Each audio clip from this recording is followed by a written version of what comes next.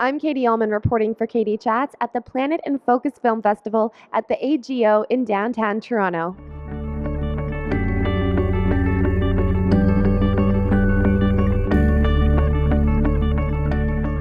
I'm here with filmmaker Rob Stewart. How does it feel to be one of the recipients of the Eco Hero Award at this year's Planet in Focus?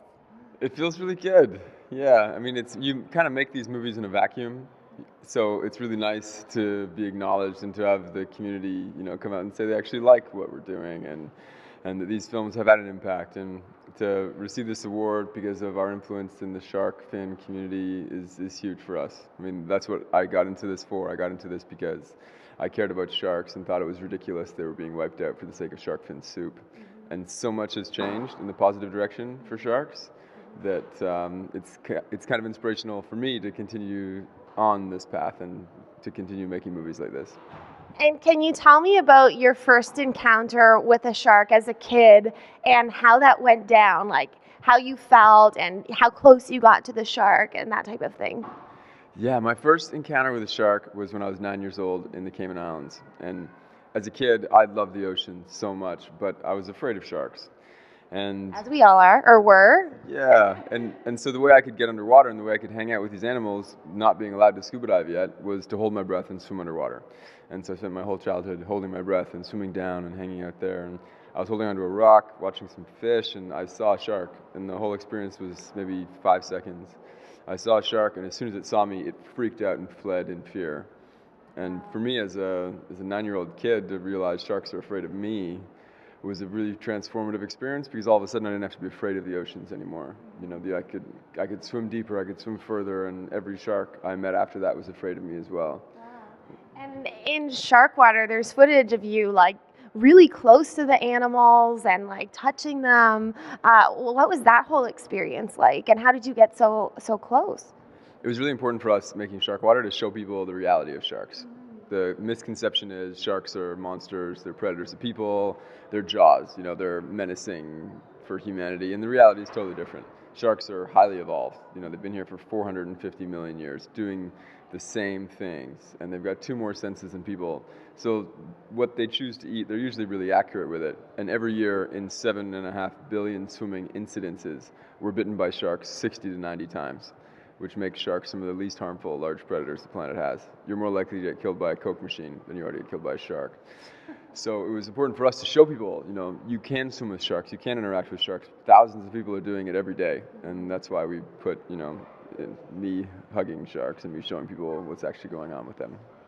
And can you tell me a little bit more about the change that's happened? I know shark finning is now illegal in so many more countries, but can you give me the stats on that and since the film came out?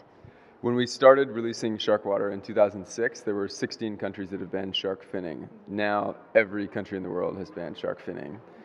When we started, there were no bans on shark fins, and now there's bans on shark fins in more than 100 territories, states, countries, cities around the world. California, New York, Oregon, many places have bans on shark fins where you can't even own it, possess it, or trade it.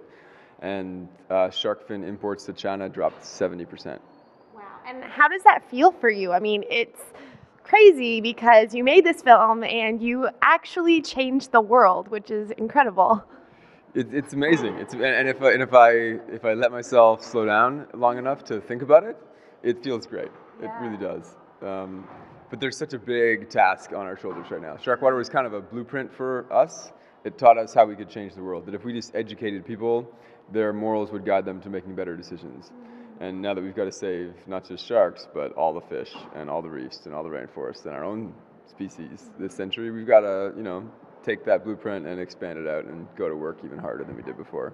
Absolutely, and that's explored a little bit more in your film Revolution, which I interviewed you about at TIFF last year, 2013.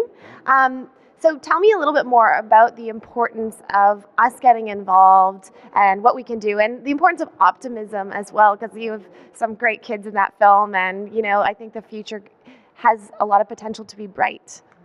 Yeah. So we are in the midst of the greatest crisis humanity's ever been in. By the middle of the century, we face a world with no fish, no reefs, no rainforests, and 9 billion people fighting over what's left.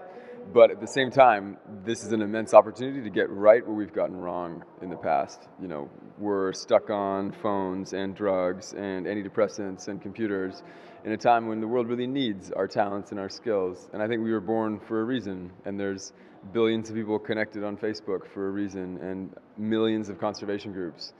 This is the first time in history we've had the tools and the ability to solve this problem.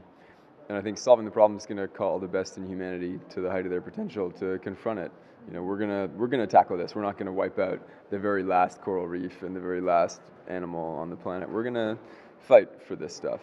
And fighting for this stuff, I think, is going to be an amazing rallying call for young people, for kids, to be all they can be, to grow and to step it up and live more meaningful lives than the lives of our parents. Absolutely. And what's it like for you when you are interviewing kids, or because you definitely incorporated them into your film. So what's that experience like for you?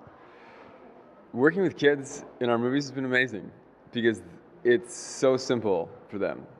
Okay, we're wiping out everything we depend on for survival, let's fix it. Okay, the governments aren't doing it, let's force the governments to do it. As an adult, often when we give this information to people, adults have to confront a previously consumptive life or lifestyle. They've already got the car, they've already got the job, they're already in an industry that's destructive. So you get a lot of resistance from them. But a kid who just realizes right away, okay, we need to save sharks, we need to save plankton, we need to save the reefs and the rainforest. They're like, all right, let's do it. I'll dedicate my life to that. And so it's really amazing to see that simplicity of perspective. And what are the top things that we could easily change in our life that you think could make a really big influence? Like, where's a good starting point to make this change happen? Do you think it's in dialogue and writing to government, to making small changes in our own lives, that type of thing? The biggest thing any one person can do is to talk about this. Right now, our morals don't engage. We have this amazing resource with our humanity. We feel good about engaging in stuff that's good for the planet and good for people, and we feel bad about engaging in stuff that's destructive. And unless we know what's going on, unless we know where this product came from, who made it, how long it's traveled to get to us, we're going to continue to engage in destructive behaviors and patterns.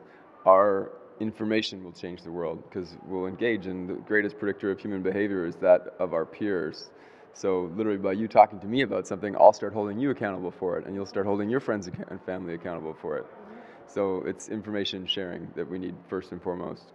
And then aside from that, be conscious of what you're consuming every day. When you buy a product, when you use money, when you vote for a world, you're directing whole economies towards sustainability or towards destruction. And if you don't know what the nature of that product or service is, you could be unknowingly voting for a world that sucks. So whether it be food or what purchases you're making for, clothes or cars, all of that. Yeah, all that has a massive impact. The corporations that exist that are destructive right now are just giving us what we want. So until we want something different, they're not going to change easily. But when we ask for sustainable stuff, when we ask for seafood that works, when we ask for organic, local products, then that's what we'll get. And out of curiosity, what is your diet? Are you do you eat everything? Are you vegetarian? I'm just very curious. I don't eat everything. I don't eat seafood or anything from the ocean because I have a bit of a moral relationship with what's going on there that I worked out when I was a kid. But I do eat meat, usually animals that are raised close to where I live in a sustainable, happy fashion. And I eat as close to home where I live as possible. So fruits and vegetables are the main bulk of my diet, and then meat maybe once a week. Cool. And tell me a little bit about what's going on with Revolution right now, because earlier you were mentioning how you're revamping it a little bit. So Revolution was the greatest undertaking I've ever gone into. It took 4 years, 15 countries to make. It nearly killed me emotionally, mentally. And it came out in Canada and did well, and people liked it. But I couldn't get a release in the rest of the world that was big enough for my ambitions for the film. So I kind of went back to the drawing board and just started searching for the right relationships and right partnerships to get Revolution off the ground in a big way. And it took me a year. But we've brought on some massive partners. I won't tell you who they are yet, but they mean the world for the movie. And so we've actually done a re-edit of Revolution with one of them, and it'll be coming out in early 2015. And where's the best place for us to find out more information on you and Revolution and to follow your projects online? The best place to figure out what we're doing and where we're at is therevolutionmovie.com. Well, thank you so much, Rob. It's so nice to see you again, and congrats on the award, as well as your other accomplishments. Thanks so much for having me, and thanks for helping us tell the story. Thank you. I'm Katie Uhlmann reporting for Katie Chats at the Planet and Focus Film Festival at the AGO in Toronto.